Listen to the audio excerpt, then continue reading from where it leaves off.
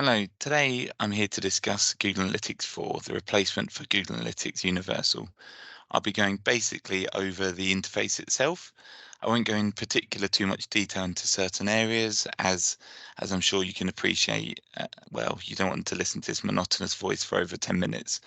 So what I'd like to do is quickly go through the interface, understand the capabilities, and also give you a broad understanding of when and where to use it.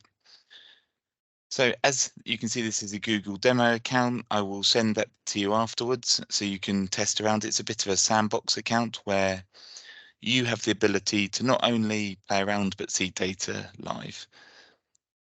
So the front page here, it's really a bit of a summary. You'll notice areas like this throughout. This is Google's best attempt to use a bit of intelligence to understand what you may be looking for. So if I click on demographics here, what countries do people use the most? You get a little bit of information here straight away. But these are quick snippet summaries, guessing of what you may be interested in. You go down the page itself and you'll notice where people come from, the countries, what the page titles people go. Yes, you can go into more detail on each one of these. There's a drop-down list, there's a way to compare, and there's also a way to get to the specific report. But you will notice there's a couple of things that within Universal you were used to have disappeared. And I think one of the biggest ones here is events.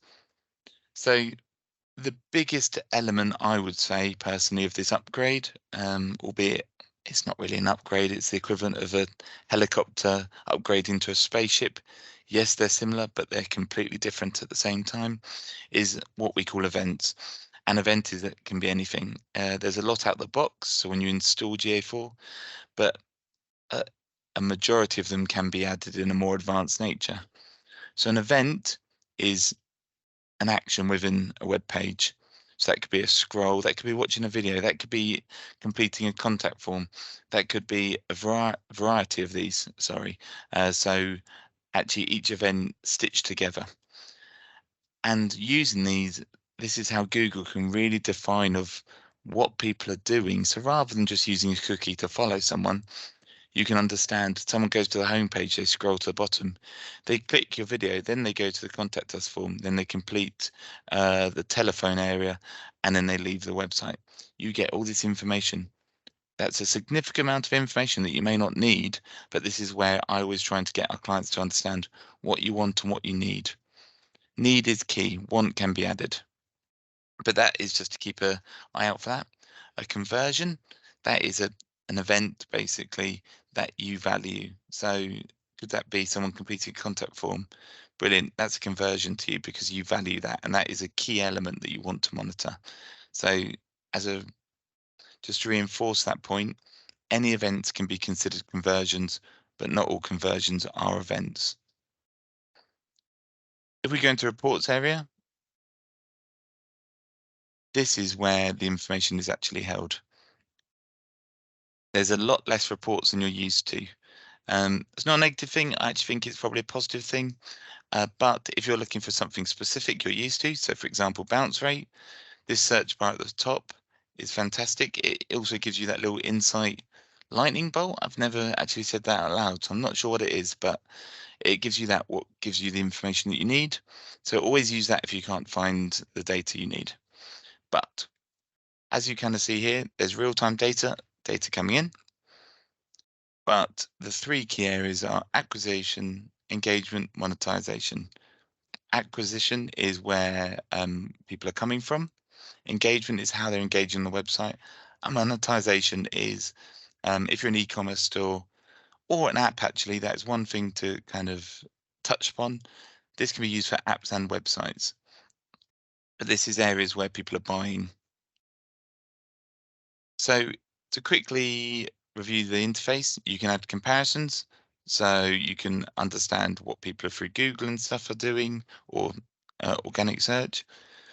You've got the classic, this is the classic kind of date filter, understanding which dates you want to review. You can export it or share the reports. That could be a link, or you can export it as a PDF. Doesn't have it version this one, but on yours one it will. And again, you can do those insights.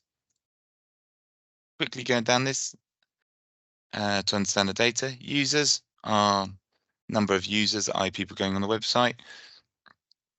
A little intricacy that could be used for a pub quiz here is no longer is it done by sessions. Well, sessions, i.e. how many people come to the website, used to start again if they left the website and came back over a certain period. That doesn't happen anymore. So if someone leaves your website and then comes straight back, that's still considered one user rather than two. So new users, they're new people coming to the website. Engagement time. So this is trying to replace bounce rate. Bounce rate is subjective at best. A lot of us know as a high bounce as being bad. And by bounce, I mean people coming to a website and just leaving straight away. But what people don't know is that bounce rate was considered anyone who's been on one page for under 30 minutes and left. So if I'm booking an emergency plumber, my boiler's broken, I just only want to go to one page. I want to go on that page, get a phone number and leave. That would be considered bounce, what is a negative thing. How Google have tried to change that is by creating an engagement time. So an engagement is someone who comes to the website and spends either 10 seconds or more on a page, goes to a different page, and or does a significant event of conversion. So this engagement rate, the better percent, or the higher percent, the better.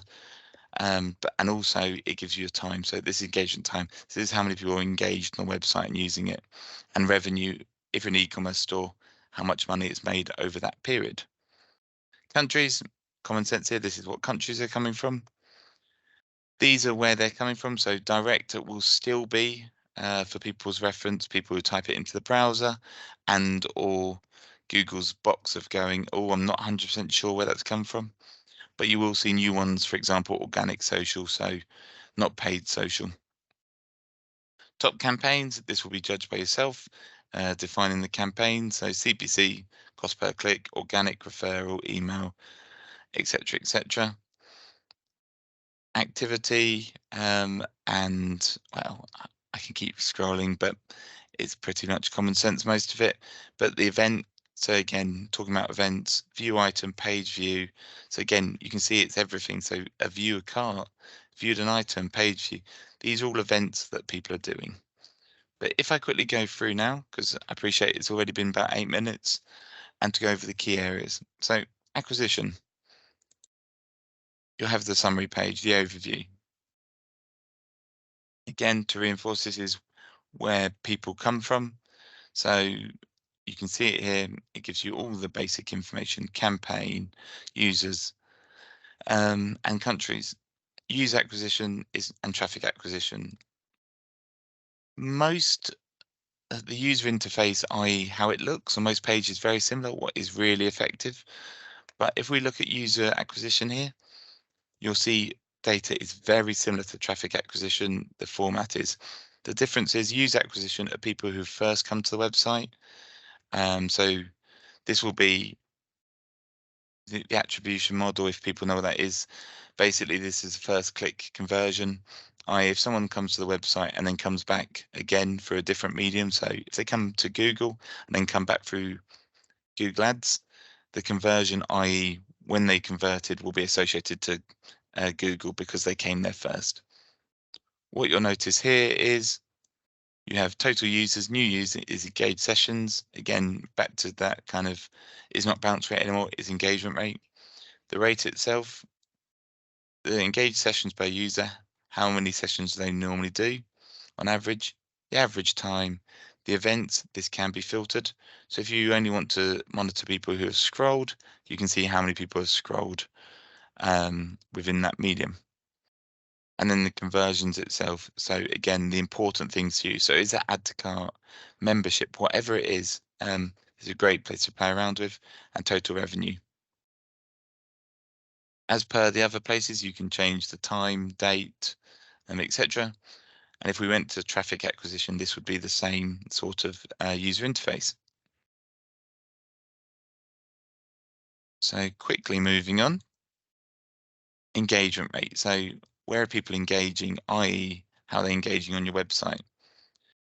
Every key area of reporting will have this kind of just summary area. You can go into it a little bit more detail if you click on view events, etc., and it will go to the certain areas. But I've already discussed all this information, but you can see the views, event counts. Stickiness is a funny kind of model, but that's how likely they are, well, sticky. How engaged are they overall? But again, trying to make this as easy a summary as possible, so I won't particularly go into it. But if you do have any questions later on, fire me an email at harry@kayo.digital. So, events. Again, one of the biggest things are events. So you'll notice here, you can look at all events. So top spenders. Some of these will be out the box, some of these can be added. So let's click on top spenders. Give it a second, and then it'll give a breakdown of these people. Where are they? How many sessions? How many users, etc., etc. Conversions, this will be a very similar interface, but these are the events that mean something to you. Again, the format will be the same, where you've kind of got the conversion, total users, and revenue. So purchase, you click on that, you'll get the same data. Pages and screens. So you'll notice screens used at different points throughout GA4. The reason being is it can be used for apps as well as websites. Hence, it's not just a page, it could be a screen because apps have screens. What I should have said is each one of these tables will have a search area and it has a filter that you can filter specific areas and you can add to that. But the page views and screens, as you can see here, you can filter by events and conversions as other places, but the relevant information is there. And finally, landing pages, that's where people land straight away. So this is monitoring where people generally land. Not set will be if Google doesn't understand. Finally, monetization. So this is the third key report. Again, you've got the overview of trying to summarize all the data. So from app purchases, first-time purchasers, to the average purchase revenue. If you go into e-commerce purchases itself, you have what products have been viewed, added to the cart, purchased. So really that classic marketing funnel. And you can also do that within apps as well. Being honest, this probably will look slightly different to the interface in front of you. This is an app, so it doesn't show it. But the reason being is because actually Google is updating GA4 daily. I say daily, that was hyperbole at best. They are updating it regularly. So as you can see here, you also, if you go into that user purchase journey, you'll notice that there is that that classic funnel. So how many people start, how many view the product, add to cart, begin checkout, purchase, and you can see the drop-off rate. Really important if you're trying to understand first what's working, and second, where you can improve. So you can do this by device category, what could be interesting, or you can do it by country, whatever it is, just to make it a little bit easier for you to understand. So before I kind of wrap up on the GA4 items, I wanted to highlight a couple of new items that could be of benefit to yourself, and by actually not particularly new, but can be helpful. So tech, these are a couple of additional reports here. Tech details I find beneficial. Reason being is here it shows you how people get to your website. Maybe that's not important by itself, but actually if you understand, and this is not in front of you, so you have to visualize this. Let's say the second most amount of people come to the website through Safari, what you can see is the case, but you're getting no revenue. So you scroll down and you get no revenue or no conversions. That is something that you can talk to your web developers about because the website isn't optimized for Safari, as an example. You can also do this through device, so mobile things. All these things allow to test that is your website working as well on certain devices, browsers, as others. If it's not, talk to your web developer or talk to us, and then we can try and help that. So I find that really useful. The final one, and I say this and it's interesting to look at, but the pinch of salt is key here. This will show you the demographics, sorry. So what country they're from, potentially what city, age, gender. Google doesn't know this. It tries to stitch together information, so pinch of salt, but again, could be of interest. And the final areas are explore. I describe this to my clients quite a lot as Excel. I consider myself good at Excel, but I know I don't know everything about Excel because it is ludicrously big and powerful. Same difference with Explore. This used to be a paid for product within the Google Suite. So it's really positive to get to know because actually, albeit you've got some really comprehensive reports here, sometimes you really want to kind of delve into the data. And you can do that through here. So you can start from scratch and or you can click here and you can find some templates. Within your Google Suite, your GA4 product, you will be able to actually look into particular templates itself.